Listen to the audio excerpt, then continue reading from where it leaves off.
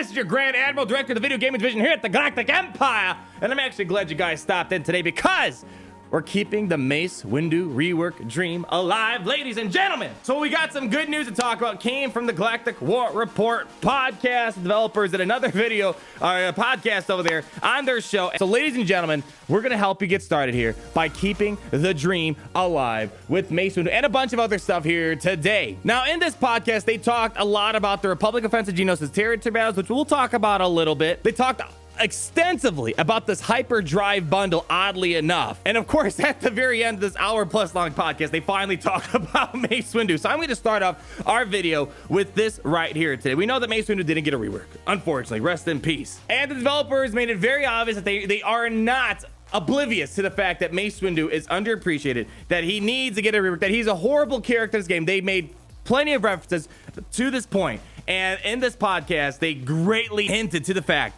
that Clone Wars Season 7 is coming around next year, and they are basically hinting that they are coming back for more Clone Wars content sometime next year. Let's go ahead and play the clip real quick. Yeah, and this is something that we definitely wanted to do, right? Like, obviously, Mace is a cool character. He's got a sweet purple lightsaber. It's Samuel Jackson, cool guy. You know, we definitely had some ideas of how we wanted to use him with the Reek and Nexu battles, and people were frustrated that it's Shaak Ti and not him.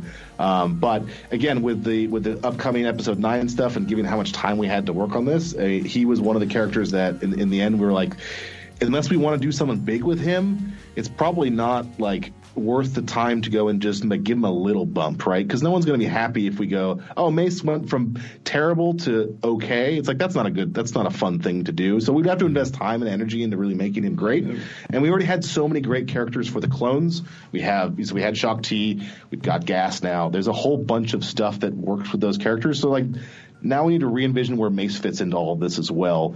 And all of this just comes down to time and effort from the team that we just ran out of. And it's an unfortunate answer for this, but we would have loved to have done something with Mace. It just wasn't in the cards for this round.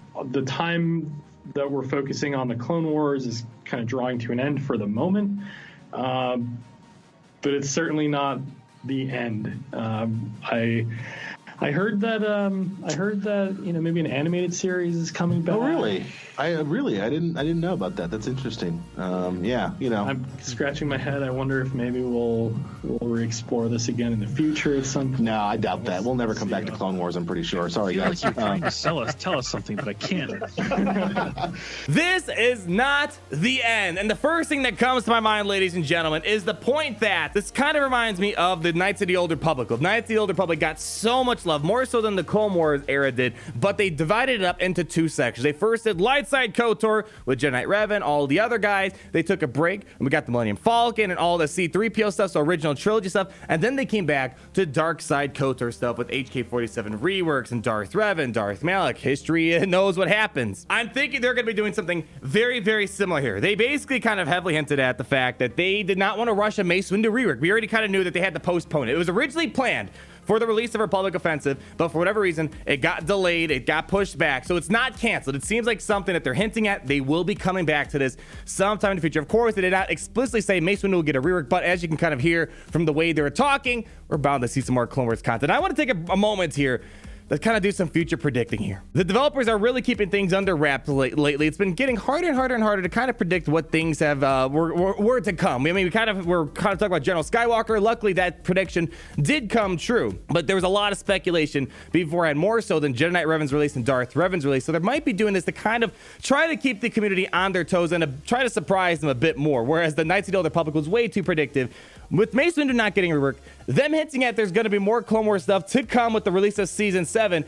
Another character I'm looking at here that did not get love is going to be Commander Cody. Now, way back when we first got our hints that Clone Troopers were going to get reworked, they kind of said they're going to do things in like iterations. The 501st got a lot of their love. I'm suspecting as well, along with the Mace Windu rework sometime next year, Commander Cody probably get a rework because right now there's really no leftover clones to do anything. Even Shaak Ti, once Anakin takes away the 501st, Shaak Ti doesn't have really a lot of clone stuff left over. So there might be a good chance Commander Cody, the 212th Attack Battalion, gets new characters. Cody gets a rework.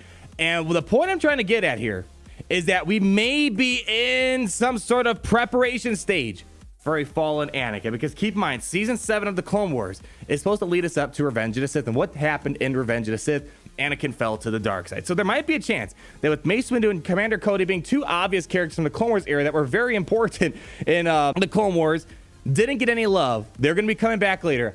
I'm wondering if characters like Mace Windu will get a very proper rework and may become important to unlock fallen Anakin down the road, because Mace Windu is obviously the biggest stepping point for Anakin going to the dark side, and Commander Cody was kind of a big character in terms of the start of Order 66, trying to eliminate General Kenobi. If you've been concerned about Mace Windu not getting a rework, I feel confident that with their hints, next year will probably be the year that Mace Windu gets the rework he so deserves. Now, before we start talking about Republic Offensive, I kind of just want to bring this up again. There's been always this talk of why hasn't there been Jedi Luke in the game yet? He's on the front cover when you enter the game. You see him in his Return of the Jedi outfit, the whole blackout thing, but we're still stuck with Commander Luke Skywalker, and they kind of talked about it very briefly. I mean, they talked about this before in post and Q&A sessions, but for those who don't remember those posts from way back when, or those videos I've made covering this topic, Return of the Jedi Luke, the reason why he hasn't been added yet is because Return of the Jedi Luke is kind of supposed to be like the pinnacle sort of the game, and if you release Return of the Jedi Luke, who arguably is supposed to be one of the stronger characters, I suppose,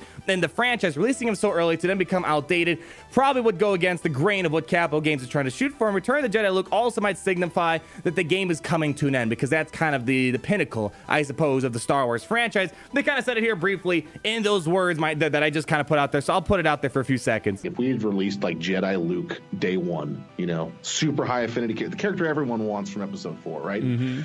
Where would he be now without several reworks? Like, would he be the pinnacle character that he could be in our game, or something like along those lines? It's the kind of foresight like that for the team that I'm always impressed with, like how far they're looking ahead and how much they're setting themselves up for success later. Now let's take a moment to talk about Republic Offensive. In less than one day, we're going to be leading our way into this next territory battles right over here. And this podcast was released before the update got pushed for Republic Offensive to be put on the schedule, but they did point out a few things. In case you guys did not check out the details, there's a lot of cool stuff that you can find in here, and mainly a lot of new units are going to be added into the game. Firstly, there's going to be a heavy gunner. They talked extensively about how the heavy gunner is going to work, which is kind of an interesting character. And the cool thing about this is while there are other B1 allies on the field, the normal B1 battle droids we're aware of, he can't be defeated or destroyed. So you got to take out all the droid battalions before you can take out the B1 heavy gunner. So cool stuff like that is going to be seen in this next territory battle. What I thought was kind of interesting is that we're getting commando droids popping up as enemies to kind of battle up against. I'm looking forward to. I was hoping they would add this as a playable character to be added into the Separatist crew lineup. Didn't happen, but maybe again, once we come back to that Clone Wars stuff, maybe next year, we might be seeing stuff like that. And other cool characters I want to bring to your guys' attention is that General Kalani is gonna be in this next territory battle as well. They talked about that in the podcast. We're seeing it here as well. It's really cool. I like this. I wish they kind of add these characters for me to play as well, because things like this, all B1 battle droids gain 20 stacks of droid battalions, basically reinforcing your battalion that you have on the field. And as you know, the more B1 battalions out there, you're gonna get more damage, more health, all this other stuff, all this regeneration that he does. And as we're seeing, B2 super battle droids are also getting stacks of droid battalion as well. So a lot of cool abilities with General Kalani here. We got some target lock stuff. We got reviving for random droid allies. That could be huge. Imagine reviving General Grievous or something of that sort. Anti-Galactic Republic synergy as we're seeing right here. So I hope,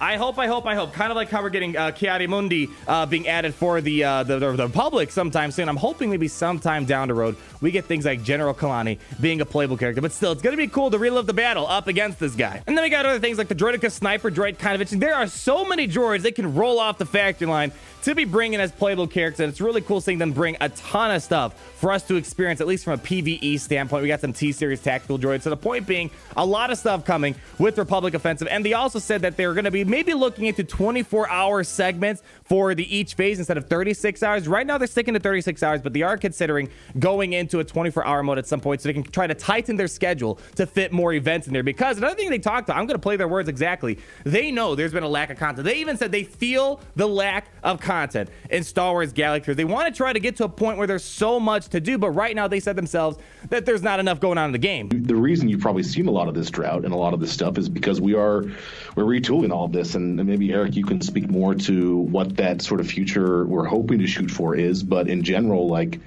you know, we've got to build stuff that allows us to make content faster. We need better tools. We need better ways to pump this stuff out. So, you can have a new thing every other week if we wanted to. Right now, with the tools we have and the options we have and the pipelines for art and video and for approvals and all this stuff, it's constraining us in a way that's not what we need to do for the game, and the health of the game needs more stuff, and we realize that. Like, we're very aware of the community sentiment around there's not enough to do. Like, we feel it ourselves, and so it's definitely something that's very important for us to be working on.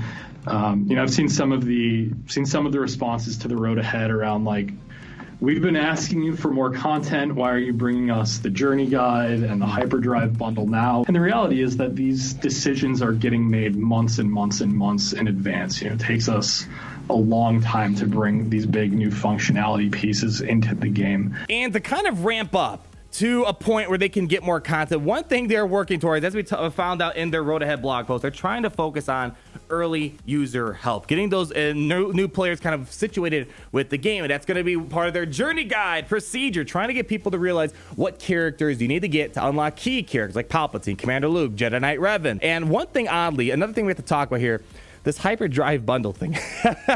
Developers talked quite extensively about the hyperdrive bundle. I mean, from the podcast is a little over an hour. They spent about 10 to 15 minutes just on the hyperdrive bundle alone. And the reason I bring this up, that it's kind of odd, is because you would think that a bundle is just a bundle. They release bundles all the time. They never talk extensively about it, nothing more than a line or two, but they talked very extensively about the purpose of the hyperdrive bundle. I'll play a few snippets, and the one thing I want you guys to notice is that they keep saying it's going to be an incredible deal. This is for a new guy who comes into the game and goes, well, I want to try Thrawn. I want to see this stuff. I've seen a bunch of YouTube videos of these guys doing these epic events. I want to do that now too, and that's what this bundle is for. It's kind of just a sort of a hitch on to the part of the journey guide to say, well, here's all this cool stuff. We want to give you this really straight path.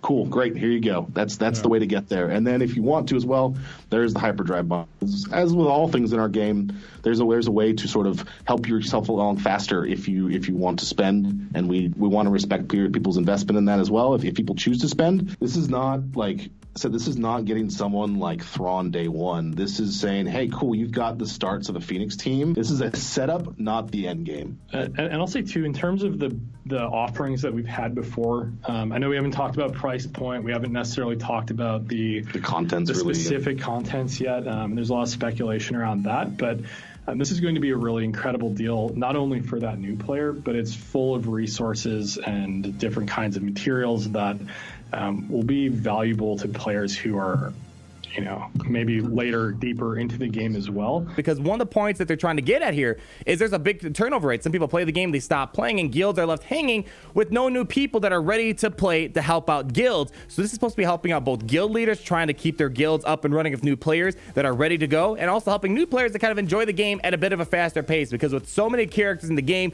so many events, and the information being ever out there, they kind of want to get everything situated, get people really acquainted with the game as fast as possible, and then they're going to try to ramp up content sometime in the future. So I mean, really, a lot of this stuff is stuff we kind of already knew about. We got some information from the Road Ahead blog post. We kind of see that Genos and Territorial Sinners, so you can kind of see that General Kalani is going to be in there and whatnot. But I think this is the biggest piece of news I wanted to make sure you guys are well aware about, because not a lot of people are going to listen to these podcasts and not get this information. So I want to make sure, although the podcasts are great and whatnot, this needs to get out there. Mace Windu, if you're expecting a rework, don't lose hope just yet, ladies and gentlemen. It's probably bound to happen, and with us coming back to Clone Wars sometime in the future, we're probably bound to see another big thing to come, and it makes me wonder, Fallen Anakin, is that going to be something in the future? You guys let me know down below. Thank you guys so much for watching. Like if you did enjoy the video, comment down below on your thoughts, and be sure to subscribe so you're not missing a thing. And I'll see all you lovely people in the next video. Peace out, everyone.